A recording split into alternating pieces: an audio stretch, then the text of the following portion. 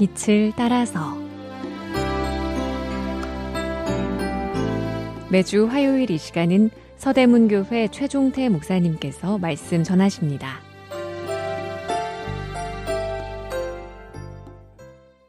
애청자 여러분, 안녕하십니까? 지난 시간에요, 양과 목자에 대해 계속 상고해 보겠습니다. 이번 시간은 앞에서 인도하시는 목자란 주제로 은혜를 나누겠습니다. 오늘 본문 말씀은 시편 23편입니다. 다윗은 본문 1절에서 여호와는 나의 목자이십니다 라고 하면서 그래서 내게 부족함이 없다 라고 말합니다. 도대체 여호와가 다윗에게 어떤 목자이시길래 부족함이 없다는 것일까요? 오늘 나눌 내용입니다. 오늘 본문을 보면 목자의 특징이 잘 나타나 있습니다. 크게 세 부분으로 나누어지는데요. 1절에서 3절까지 목자는 앞에서 인도하십니다. 4절에서 목자는 옆에서 함께 하시고 보호하십니다. 5, 6절에서 목자는 뒤에서 따라오십니다.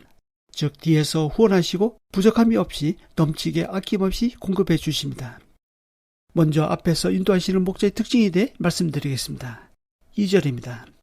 그가 나를 푸른 풀밭에 누이시며 쉴만한 물가로 인도하시는도다.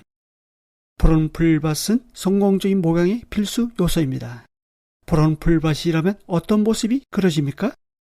각날의 독특한 환경과 문에 따라 다르게 그려질 것입니다. 뉴질랜드 사람에게는 드넓고 광활한 말 그대로 푸른 초원이 그려질 것입니다. 한국 사람의 눈에는 대관령 목장이 그려질 것입니다. 하지만 유대 광야에서의 푸른 풀밭은 우리가 생각하는 그런 낭만적인 모습이 아닙니다. 거기엔 쉴만한 그늘도 없습니다. 온갖 자갈투성입니다. 이런 곳에 우기가 시작되는 10월경 초막절이 되면 이른 비가 내립니다. 이때 바싹 마른 돌멩이밖에 보이지 않던 광야에 작은 초록색 풀들이 조금씩 나기 시작합니다. 다윗이 노래한 본문 2절의 푸른 풀밭은 바로 이런 모습을 두고 한 말입니다. 이뿐만 아니라 광야에서의 물은 생명과 같습니다. 광야에서 물을 찾는 것은 목자나 양에게 있어 생명이 달린 문제입니다. 쉬운 일은 아니지만 광야 길에 익숙한 목자는 어느 곳에 쉴만한 물가가 있는지 잘 압니다. 쉴만한 물가로 양들을 인도하는 목자는 먼저 지팡이로 물의 깊이를 잽니다. 왜냐하면 양은 털이 많아서 물에 젖으면 무거워져 자칫하면 물에 빠져 죽을 수 있기 때문입니다. 광야에서 만나는 물가는 광야를 할구하는 맹수들도 즐겨 찾는 곳입니다. 그래서 목자는 쉴만한 물가로 양들을 인도한 다음 갈대 비를 불거나 하프를 퉁깁니다. 양들이 비리 소리나 하프 소리를 듣는 한 맹수의 위협에도 상관하지 않고 편안하고 안전하게 물을 마실 수 있습니다. 이처럼 광야 같은 인생길에서도 쉴만한 물가로 인도하시는 선한 목자이신 예수님의 피리 소리가 들리지 않습니까? 다윗은 여호와 하나님이 푸른 풀밭에 누이시며 쉴만한 물가로 인도하신다고 말합니다. 요한복음에는 목자가 양을 인도하는 모습이 나옵니다. 요한복음 10장 4절입니다. 자기 양을 다 내놓은 후에 앞서가면 양들이 그의 음성을 아는 거로 따라오되 소나 염소는 뒤에서 몰고 갑니다. 그러나 양은 목자가 앞에서 가장 좋은 곳으로 인도합니다. 목자는 양들을 인도하기 전 그것을 먼저 답사합니다. 미리 답사해 보지 않는 곳으로는 양떼를 인도하지 않습니다. 항상 목자는 조심스럽게 지형을 살피면서 앞서 갑니다. 이처럼 하나님은 우리의 삶을 살피시고 앞서 행하십니다. 우리 앞길을 다 아시기 때문에 가장 좋은 길로 인도하시는 것입니다. 푸른 풀밭과 쉴만한 물가로 인도하십니다. 물론 목자는 과거 경험을 통해 각종 원수들이 은밀한 곳에 숨어서 언제라도 덮칠 수 있다는 것을 압니다. 바위가 굴러 떨어지거나 산사태가 날 수 있다는 것도 압니다. 그럼에도 불구하고 목자는 양떼를 푸른 풀밭과 쉴만한 물가로 인도하는 최선의 길이 골짜기를 지나가는 것임을 압니다. 선한 목자이신 예수 그리스도는 우리 인생길에서도 골짜기나 각종 맹수들, 불황자나 광야 위험이 있다는 것을 압니다. 그래서 선한 목자 예수 그리스도는 앞서 가시는 것입니다. 그런데 양떼의 형편을 잘 아시는 주님은 우리가 견딜 만큼만 인도하십니다. 감당치 못할 시험당함을 허락하지 않으십니다. 예수님은 우리가 견딜 만한 대로 데리고 가십니다. 그러므로 우리를 인도하시는 주님의 길이 가장 선하시고 은혜로운 길임을 알아야 합니다. 이전에 우리를 두려움없이 인도하신 주님은 지금도 앞으로도 그와 같이 인도하실 것입니다.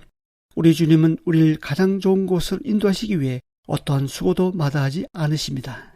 양들을 위해 쉬지 않으십니다. 그런데 하나님의 인도하심을 거부하는 완고한 사람들이 언제나 있습니다. 자기 마음대로 살고 자기 뜻대로 살기를 고집합니다. 우리의 영혼의 목자이신 예수님을 떠나 자기 마음대로 살면 좋을 것 같지만 실은 고생하며 지쳐서 얼마 못 가서 결국 죽게 됩니다. 예수님은 이런 양을 찾아오셨습니다. 예수님께서 그냥 벌어두신다면 우리는 광야 같은 이 세상에서 맹수들에게 뜯겨 죽고 말 것입니다. 3절입니다. 내 영혼을 소생시키시고 자기 이름을 위하여 의의 길로 인도하시는도다. 양들은 어떤 목자를 만나느냐에 따라 상황이 달라집니다. 양들은 염소와 달리 더위에 무척 약합니다. 광야의 뜨거운 햇볕을 견디지 못하고 탈진하여 쓰러지기도 합니다. 이때 목자는 쓰러진 양을 안고 그늘로 데리고 가서 물을 먹이며 전신 마사지를 해줍니다.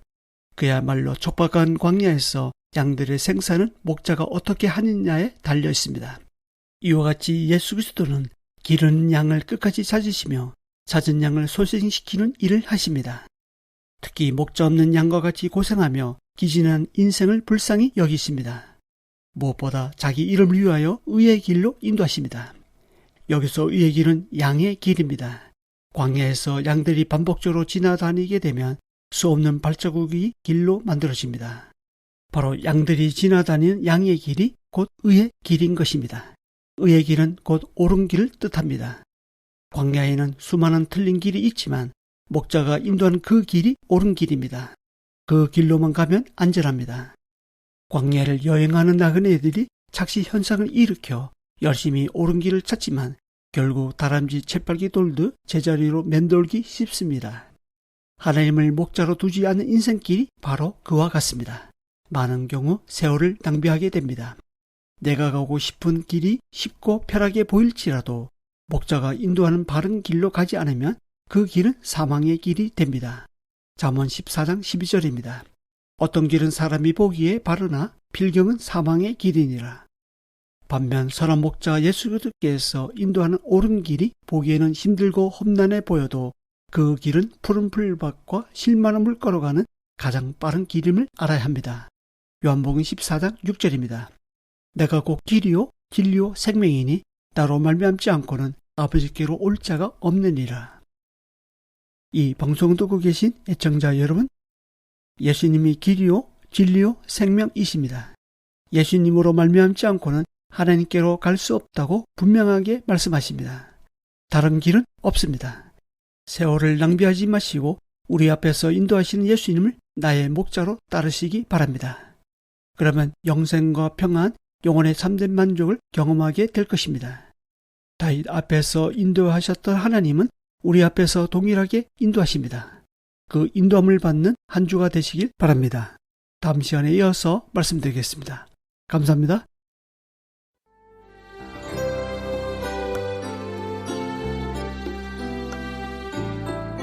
빛을 따라서 지금까지 서대문교회 최종태 목사님의 말씀으로 함께 하셨습니다. 방송 들으시고 신앙생활에 도움받기 원하시는 분은 서울전화 3141국에 5853번 023141-5853번 서대문교회로 문의하시기 바랍니다.